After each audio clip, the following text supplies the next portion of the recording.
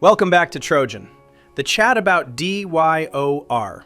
Do your own research. You hear it everywhere in crypto, and for good reason. With the right info, you make sharper decisions, and Trojan gives you everything you need to develop that edge. Let's pick a token as an example.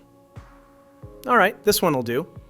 On the main trade page, you've got the chart, all the tools, all the indicators, and on the right, the trade panel, packed with data that matters. Scroll down and you'll see the security audit. Hover over any metric for an explanation, super helpful if you're still learning the landscape. Here, you'll find ownership details, launch distribution, contract functions, and mechanics, all the key pieces you should be aware of. Up top, you've got deeper trading data, volume, transaction trends, multi-timeframe insights, social links, the whole 9 yards.